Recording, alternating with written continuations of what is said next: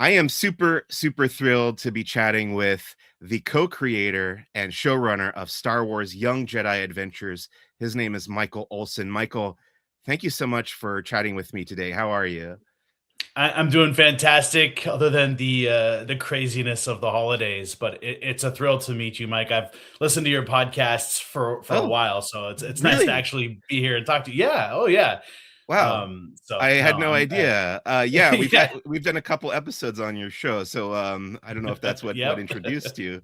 But yeah, that's awesome to hear. Thank you so much. I appreciate that. So congratulations, by the way, on wrapping everything up. Yeah, thank you. How does it feel to be kind of done with the show as a whole? It's the whole experience. To be honest, was very surreal. Uh, Not only because I was getting to work on Star Wars, which is something that is the reason why I came out to Hollywood to do this crazy thing that we call being the business, but also that it encompassed the last 6 years of my life, Yeah, which included this, but also the birth of two of my three kids, a family move, death in the family, so just a lot. So this whole show represents this time of my life, as well as all the friends that I've made on the crew, and so it's a very surreal time. I'm kind of just doing my best to soak it in because it's also been very chaotic. Production on anything, especially in animation, can get pretty crazy. So I've been enjoying a little bit of downtime, connecting with my kids a little bit more, being like picking up my kids, dropping them off from school, that kind of thing. So it's been good. Yeah.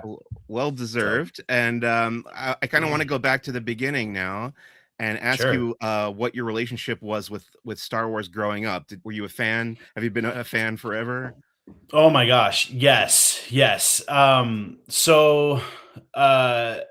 the one of the earliest, it's kind of always been a part of my life. I was born in the early 80s, so Star Wars was kind of ever present for me. Yeah. My dad is a huge nerd and loved Star Wars, so he would talk about it with me and tell me stories, bedtime stories, and of Star Wars. And growing up, we didn't have DVDs or streaming like kids Yeah. do these days, Hmm. and the only access I had to seeing Star Wars was one of my dad's friends taped the original airing of Empire Strikes Back on a VHS tape.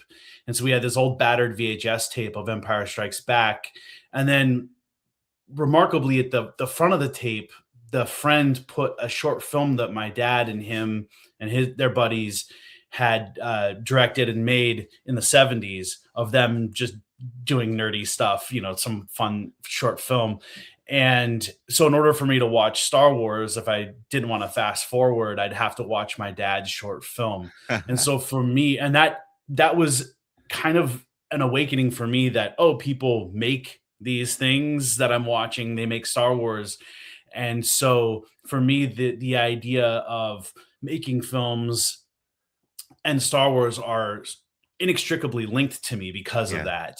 Um, so there was that. I read the books growing up. One of the big things for my friends and I was we played the role playing game, the original Star Wars role playing game, and I was always the game master. Nice. So that was, I have so many memories of, like, five, six of us being huddled in my little bedroom at late at night, trying to whisper so not to wake up my parents, and rolling dice and telling crazy stories about us, our characters running around the galaxy. So it's always been a part of my life for sure. That's amazing. Yeah, that's great to hear, as it has been for me. So you grew up a fan, and then you get into children's animation. You've worked on shows before, Young Jedi Adventures. Tell me a little bit about how that became your career. Yeah. Well, when I was in grade school, I wanted to be an animator. That was around the time Aladdin was coming out, and so I loved the animation. I loved the design of Aladdin. My dad was an artist by hobby, a very good artist. And my grandma was an artist. And so I grew up around people who love to paint and draw. Unfortunately, that gift didn't really get handed down to me in the way that I would have liked, but I did fancy myself an artist for a short period of time, obsessively grabbing like all the art of books from Disney, and wanting to do animation, just loving it. I became that kid that would draw like Disney characters, at recess for friends. They would pay me like a quarter, and I'd draw the genie or something like that. I wasn't half bad, but have lost all of that since that time. And then, as I went to high school, started shooting short films and making live action things, and I went to film school down here in LA. But out of film school, I got a temp job at Disney, just in the department called operations at their television animation department. So it was just, a couple months at a time. My job was cleaning out offices, or, handle screwing in light bulbs when a storyboard artist needed a new light bulb for their desk or something. And then through that, I built some friendships and connections, and then ended up getting my first job, being the assistant to the executive producer on Mickey Mouse Clubhouse. Okay. And then that sort of began my career path, where I was surrounded by all these incredible artists, got to meet the writers and directors, and just, be in that world, being a nerd with all these people who were just like my people. It was amazing. And that's kind of how I got my foothold in there. And then, the journey continues, of course, but that's how I got into animation. Awesome. And that brings us to Star Wars Young Jedi Adventures. I think, first of all, I want to say, like, I feel like this is one of those rare Star Wars projects that I have never heard anyone say anything negative about, well, right? You certainly haven't looked Okay, on Reddit. Okay. Well, I mean, I feel like for what you guys were aiming for the target demographic of this show, you nailed it. And everyone I've talked to who has watched it has really enjoyed it. And, I'm 46. I'm actually a little bit older than you. So I enjoyed it, and I'm not the part of the target demographic, but I can only imagine that those kids are your kids into the show. I guess will be a tangential question. My kids run the gamut. My oldest, she's 12, but when I was developing the show, she was around 6. And so I would tell her stories of the characters and show her the artwork, and she was obsessed with it. She's watched all the first 2 seasons. We haven't had a chance to sit down and watch season 3, although now that I'm thinking about it, I did show her like animatics of most of season 3, like the early versions. My middle son, for some reason, just doesn't resonate with it, but my youngest loves it. He runs around with a lightsaber. He has a stuffed nubs that he sleeps with. I mean, I love that one too. That's such a great one. It's so adorable. I actually love that, not all of my kids are, watching it, enjoy it. It gives me a good perspective on, the breadth of our audience, which is fun. Okay. So tell me about the origins of Young Jedi Adventures. How did this come about for you and for Lucasfilm? Yeah. So when Lucasfilm bought Disney, I was actually an executive at Disney Junior. And a frustrated wannabe writer director.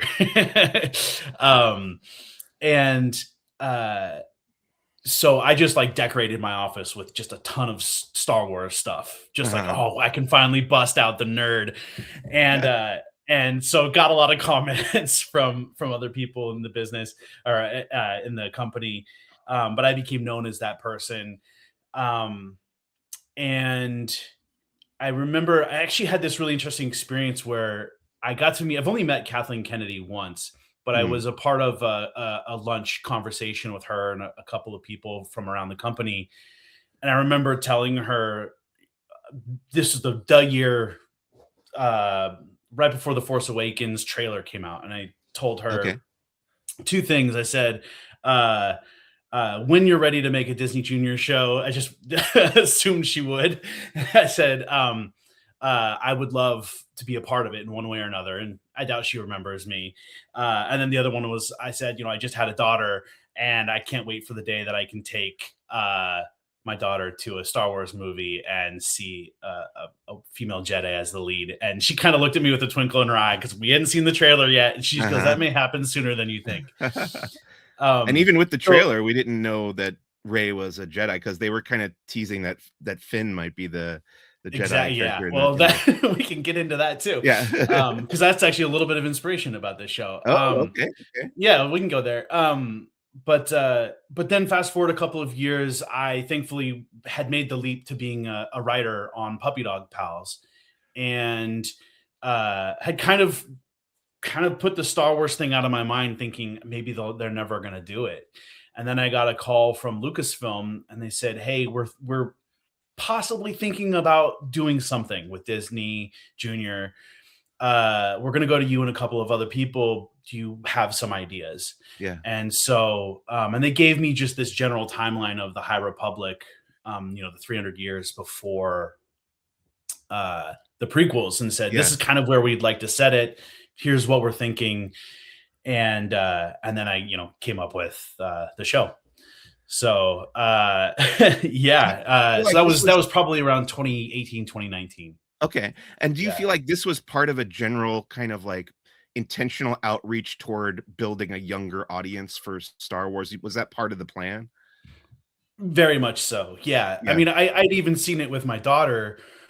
Uh, I hesitated to show her the movies when she was 5. I was like, I couldn't wait any longer. Yeah. And I had to sit there with the remote and pausing it or fast forwarding it during certain moments that might be a little too intense for her at the time. And I think everyone at Lucasfilm kind of felt the same, that like there was this space in Star Wars that wasn't there was an empty space in Star Wars that really needed to welcome the youngest younglings Right. into the galaxy. And so it was definitely something that was on my heart, especially as someone who loves preschool content, loves kids content. And I'd been working at Disney Junior for years. So definitely something that we had wanted to do, and something I was hoping for sure. Sort of along the same lines as like the Ewok made for TV movies in the 80s of like Yes. kind of like aiming for a little bit of a younger audience. Would you agree Yeah, with that? yeah, totally. And as a Star Wars fan, especially when I was an older teenager, I would have kind of balked at the idea of welcoming the younger kids. I know there was a lot of strong feelings about like Return of the Jedi when that came Right. out. But I Right. was the kid that grew up on Return of the Jedi, and I loved Right. it. And that for me, it was the Ewoks that welcomed me into Star Wars and got Yeah. me excited about it. And I wanted to be able to find a way to do that for my kids. So once the show gets greenlit, tell me about how you guys come up with basically the cast of this show. Obviously, you have the Jedi characters, but then you have people outside of the Jedi Order, like there's Nash, who's the pilot, and you have Mhm. people who populate the planet. Tell me a little bit about building out this cast of characters. Sure. Yeah. Well, we actually developed the characters before the show was greenlit. That was part of Okay. my like going to Lucasfilm saying, "This is what I would love to see. I want to see a blue furry, animal wielding a lightsaber, a little basically an Ewok." Um, and so as I was thinking about the cast of characters and thinking, who our audience was, but also who the Jedi were, like with Nash, Lucasfilm and I both felt it was important to have a kid that felt like a normal kid. Yeah, I know she Yeah. pilots a spaceship at how 8, 9 years old, but we wanted someone that could ask the questions that many of our audience would be asking their parents. What are they doing with their hands? How are they able to make something move? What are those glowing swords that they have? And so Yeah. for us, at Nash became that way in for so much of our audience to understanding what this larger world was. So that's kind of how she was developed. I wanted her to be that, and then to find a way to make sure that she could interact with the Jedi, giving her the ship so Yeah. she could help transport them. um so and I then actually have a go ahead. follow-up. Yeah, I have a yeah, follow-up to that please, really quickly please. because specifically with the Nash character, I've noticed the kids in this show seem to have a bit more autonomy than we see in younglings Yeah. in other Star Wars media. Was that ever part of the conversation? Like, how far is too far to let these kids have kind of like free reign to go off on their own? Because you don't often see that with the younglings, like in the prequel era or the Clone Wars. Especially even with the Padawans, they're paired up with an older Jedi, but the young Jedi in the Young Jedi Adventures seem to have free reign, more so than I've seen before. Yeah, yeah, that definitely was a discussion and a bit of a challenge because we wanted to tell a show that was adventurous, that let them explore the galaxy with not always having to feel like they needed to have a babysitter Yeah, with them the whole time.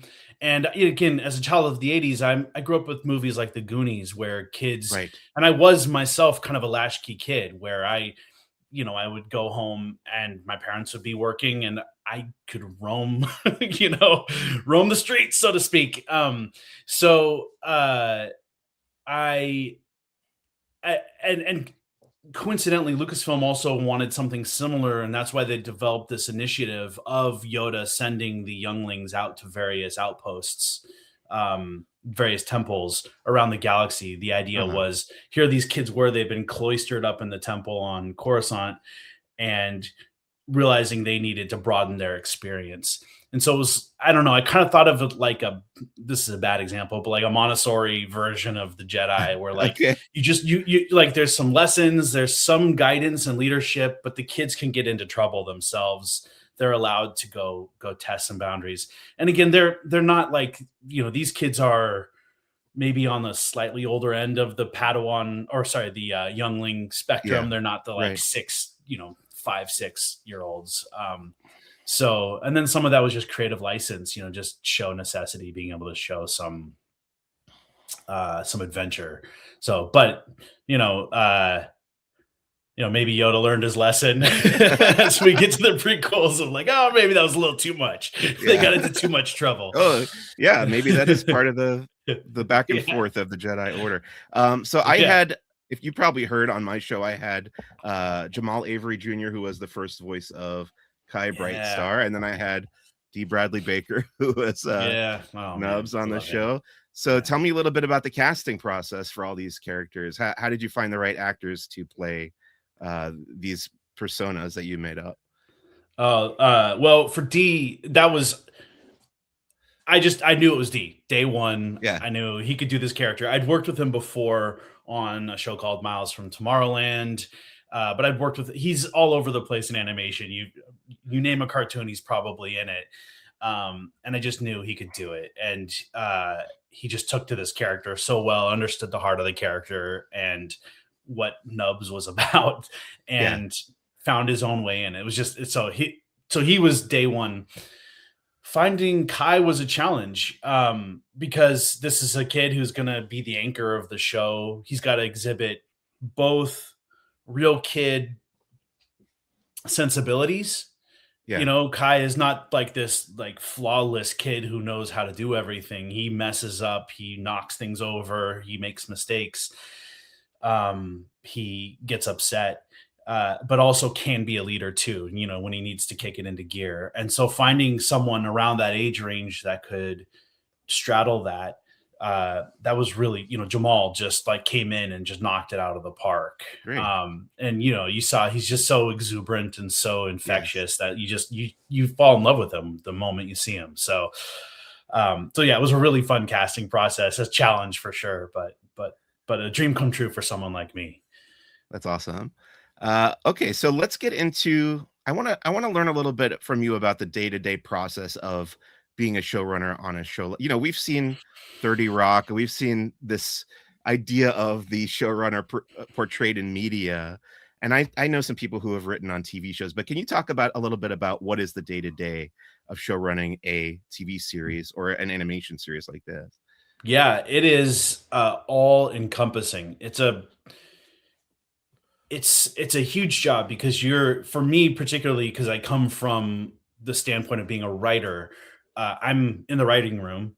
Yeah. I'm writing scripts, talking with the writers, building out the season arc, managing all of that. So my day would be, getting up early, and it was also all remote. So this was happening all during COVID, and so we built our production to be remote. So it was, dealing with the writers, having, big long story sessions while simultaneously working on casting. I would have to hop from the writers room to a record session.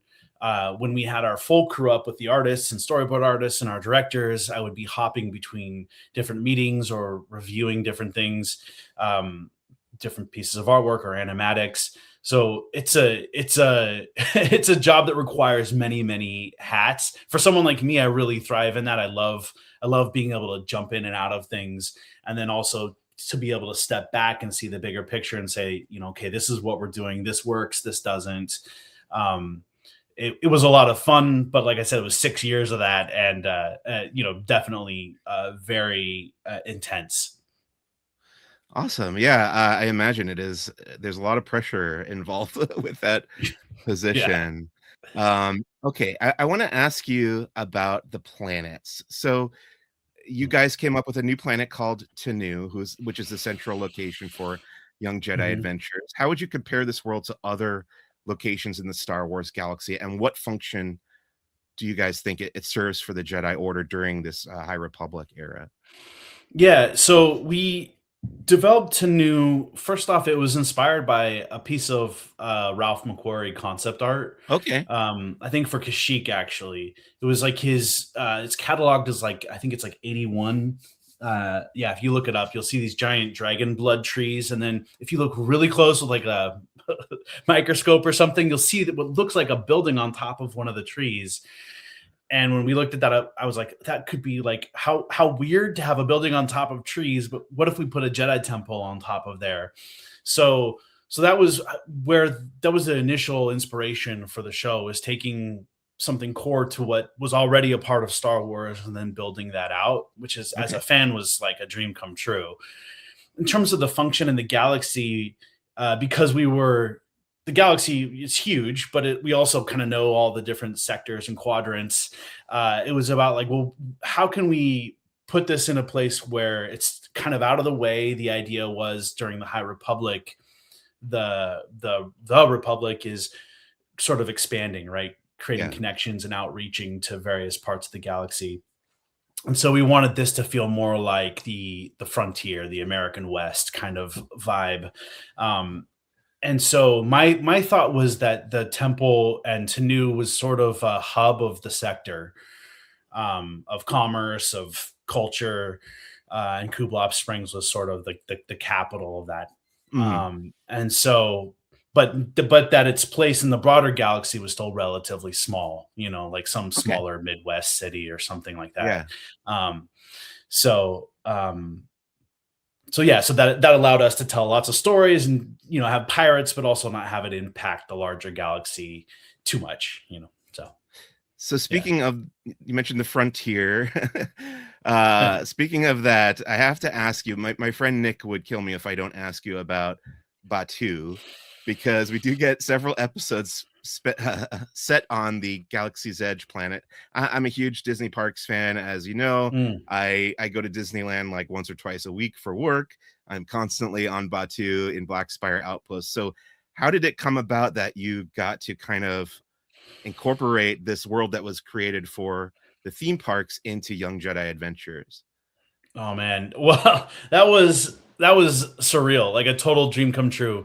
It was something that in the back of my mind I had wanted to do, but never would have dared to ask. Yeah. But thankfully, Lucasfilm came to us and said, "This is a perfect opportunity to do a tie-in." And I was going like, "Is it an opportunity to maybe bring back some version of Jedi Training Academy? How can we set this up?" And that didn't ultimately materialize yet. Who knows? Mhm. But our hope, as we kind of started to develop it, was, what would that look like? And and again, in the spirit of this era of the High Republic, of Jedi outreaching, we thought, well, how cool would it be if there was some way to establish training that felt like a cultural outreach and a way to bring people together? Again, because Batu itself is its own kind of a hub. Yeah. And so that was kind of what we were aiming at. And you can kind of see that kind of materialize in the later episodes. Mhm. But it was a really fun collaboration. I got to meet, the team that helped make Batu, Yeah. yeah, it was super fun. And then I think for me, just like going to the parks, as it was fun. We were looking, by the milk stand, and looked up, and there was this spire that was like kind of broken, Mhm. and we were like, what if there was a story behind that? And Ah, um, so that was kind of what inspired our first episode, was like, that's how did great. that spire break off? And then Yeah.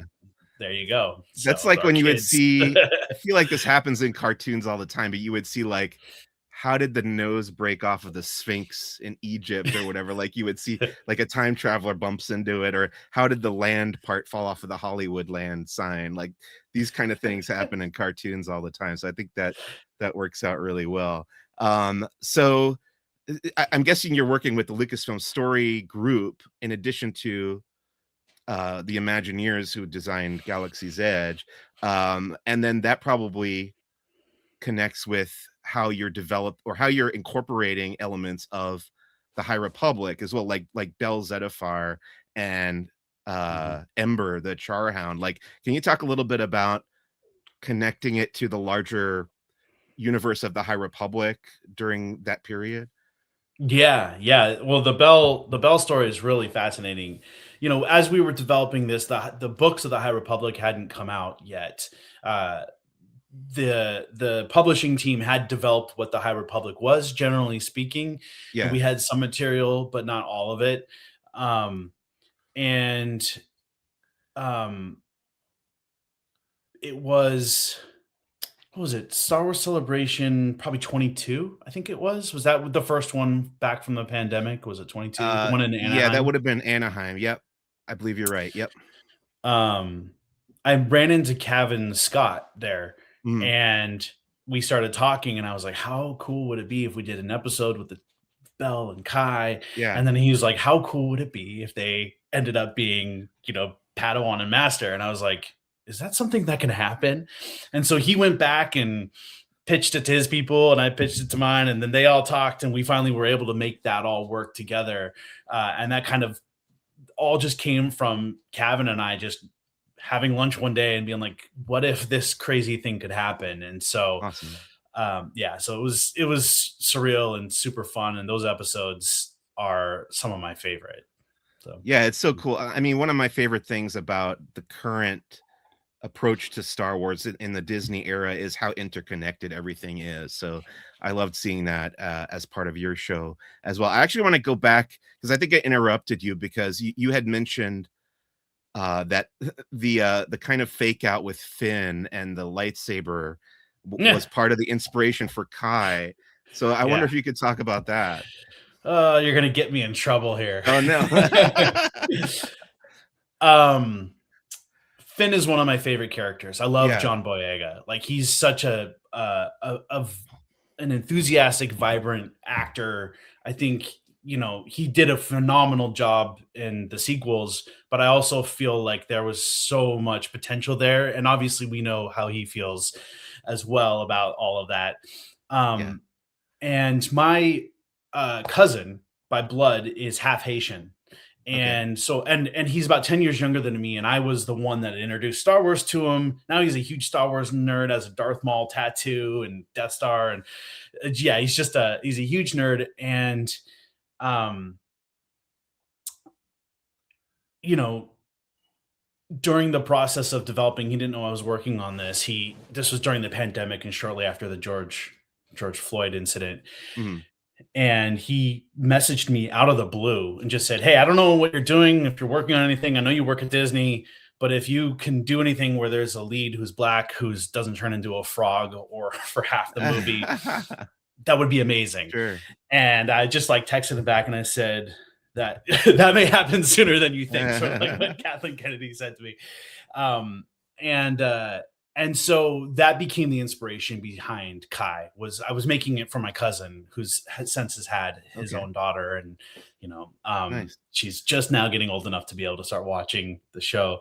But for me, I felt like I wanted to see someone that looked like my cousin as a Jedi. I knew he was such a Yeah. huge fan, and I got this crazy opportunity. Now, why not use it for something like that?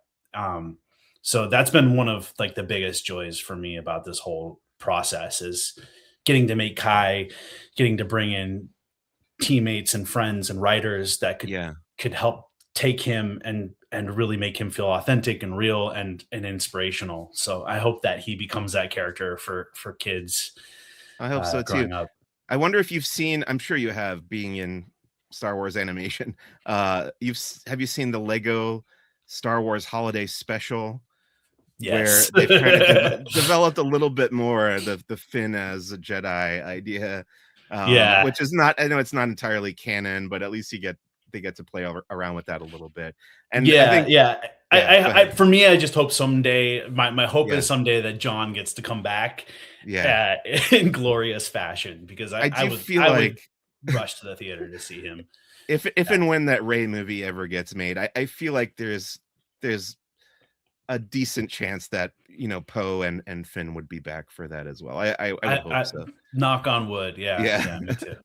All right, let's talk about season 3, this most recent and final season of Star Wars Young Jedi Adventures.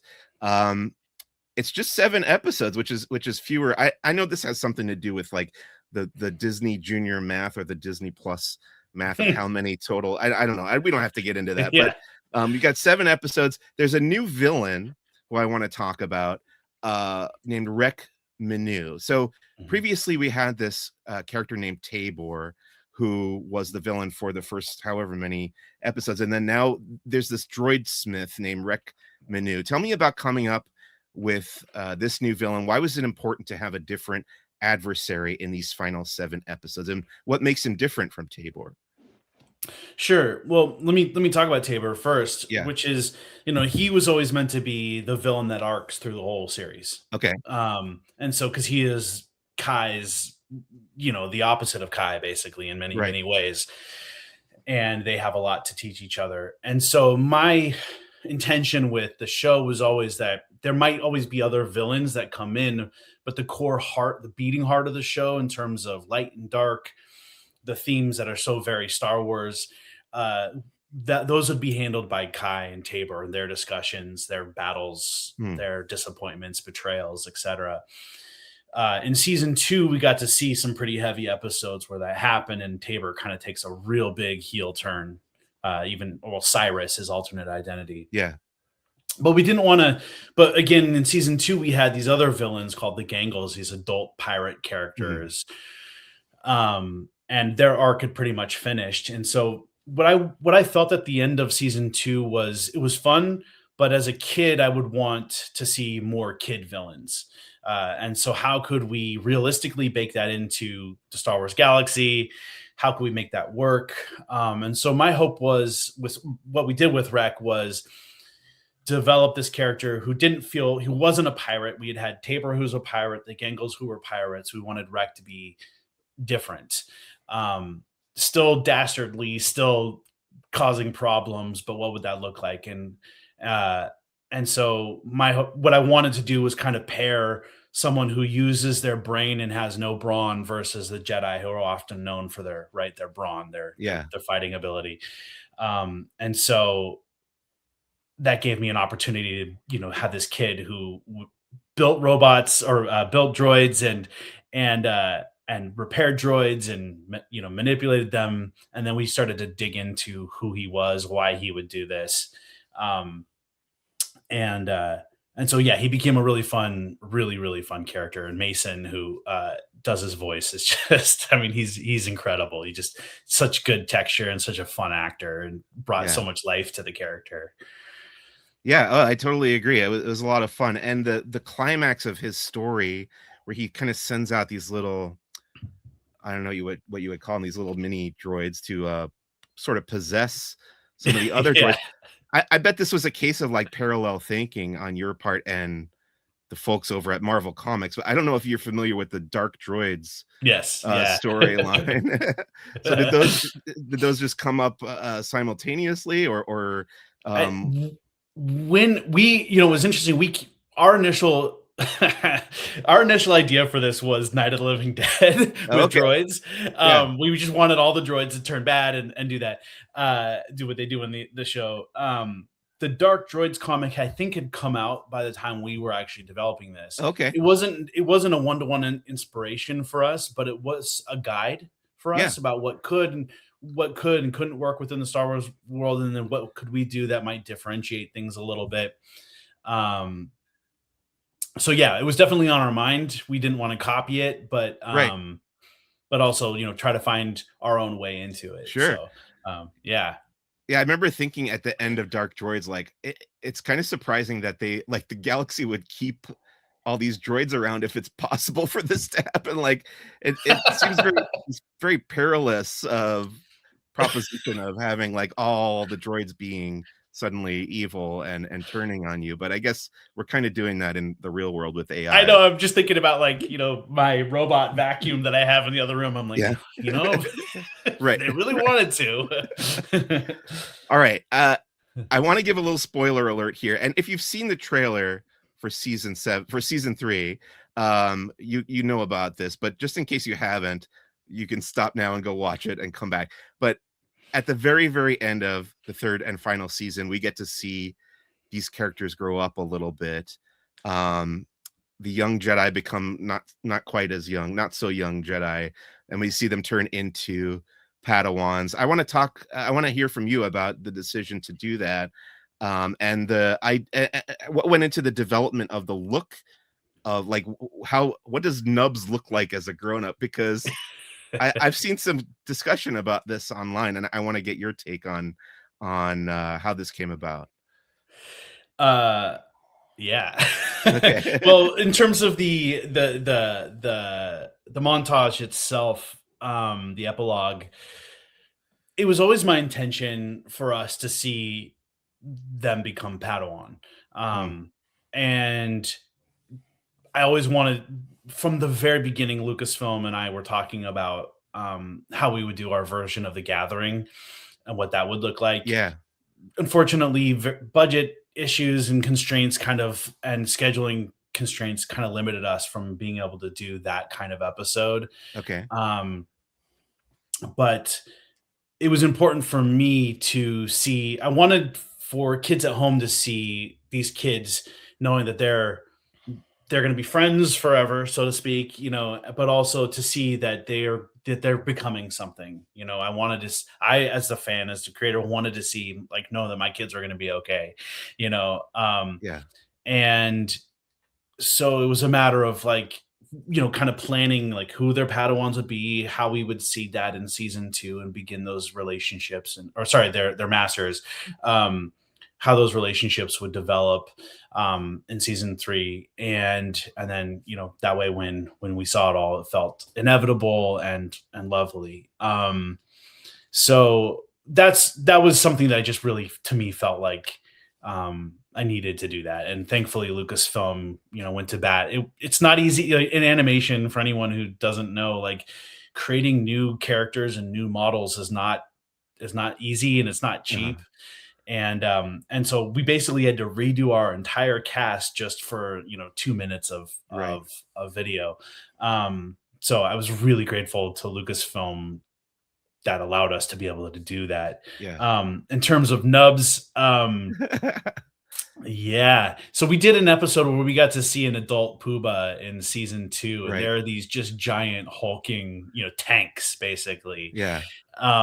And so for us, the fun part, and this took forever. We were trying to figure out, like, what does a gangly teen version of a Pooba look like, Um, and so, we went back and forth, back and forth. My art team, particularly my artist Bill, just struggling to try to figure out the right proportions, and thankfully, we just landed on this wonderful, adorable design that still feels like Nubs, but Yeah. it's teenage Nubs. So, but yeah, the someday I would love to see a Pooba in a full That grown would be Pooba so Jedi great. in live action. Just mowing down the Sith or something. It'd be fun to see. That would be But so yeah. great to see. We did get the Nubs walk around costumed character.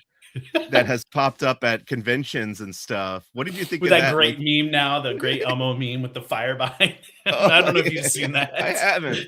No, I haven't. Oh, How did dude, it's great. what did you think of that, getting that walk around character based on a character you helped create? Oh my god, that was totally surreal. Yeah, I mean, like, this feels like the theme of this whole of our talk today. Is this is just yeah, surreal? right. Yeah, I mean, this was a character that I dreamed up. While I'm sitting during the or shortly before the pandemic, I would I was working at the time, and so the only time I would be working on this show, developing it, was like late at night. My daughter was asleep. We had a tiny, tiny apartment, so I'm sitting on the floor in my daughter's bedroom while she's passed out, like writing quietly and like dreaming up this character. And so walking, the first time I got to see the walk around was at Lucasfilm on the lot, and having him like walk out of the room uh was overwhelming, to be honest. Just to see this character come to life, truly come to life, and like, like, there's my baby, there he is, my big blue baby. So All no, right. it's super fun, and it was like, I got to go to Celebration in Yeah. Japan this year, Oh, great. Yeah, I was and there too. yeah, that was awesome. It was so And they cool. brought him out, Yeah. and I was just so touched and blown away. There was just a massive amount of people, a huge line of people that lined up to take pictures with him and Yeah. get to meet Nubs. And for me, that too was just to be in like a completely different country with this character I created, and to see so many people so excited to take pictures and meet Nubs was, just absolutely incredible. Is Nubs big in Japan? I have a feeling Nubs is big in Japan. Maybe, yeah. I hope Uh, so. all right, one last follow-up about Nubs really quickly, and if you can't tell me, it's okay. Where does the species name Pooba come from? I'll keep that a secret for now. Okay. Okay. No Maybe problem. someday I'll reveal. All right. Last one's a big question for you. Now that the series has wrapped up, what do you hope people are taking away from Young Jedi Adventures as a whole? What lessons are you hoping kids and families learn from this show? When I handed in my initial document to Lucasfilm saying this is the show I hope you guys want to make, I led off with a section about why I would want to make this show and why I felt it was important. And that's sort of been the North Star for me and my whole team as we've made this show. And that really has been everything that's just core to what the Jedi already are when they're at their best, which is, as George Lucas says, boils it all down to selflessness. And from that springs so many other incredible qualities that I think are important for kids to learn about and to see modeled, but then also even more important now, today, in the culture that we're living in. And so Yeah. those qualities would be obviously selflessness, but that looks like so many different things. For Kai, I wanted for kids to see what healthy, good leadership looked like, a leader who cared about the people who he was leading, who wasn't afraid to feel connected to people, who wasn't afraid to show their emotions. And so for me, it was modeling that kind of behavior. And then just in general, for kids to see that they can serve and help and improve the world around them through, even though they're small and they might feel like they don't have the ability to make change, that they can. And to me, those feel like very core Star Wars ideas that I feel like this show had a unique opportunity to have a different expression of that. And so I hope kids and families take away connection, selflessness, and good leadership. How to be a good brother or sister to your younger siblings. So Awesome. I'm sure that that is the case. I'm sure people are learning, taking away those lessons from Young Jedi Adventures. And yeah, I want to congratulate you one last time on wrapping up. It's the full story. You get the whole thing. I feel like nowadays, with the Acolyte getting canceled, and you never know if you're going to get to go out on your own terms, right? So I feel like you got to do that. So congratulations on that. Oh, thank you, Mike. I definitely feel very lucky, very blessed to have been able to do it, and very thankful for the reception from Star Wars fans in particular, because to me they feel like my family, and so to feel like uh, I made something that they're accepting and embracing is like means the world to me. So I'm totally thrilled, and thrilled to meet you too. So Great. Yeah. Thanks so much for chatting with me. yeah, my pleasure.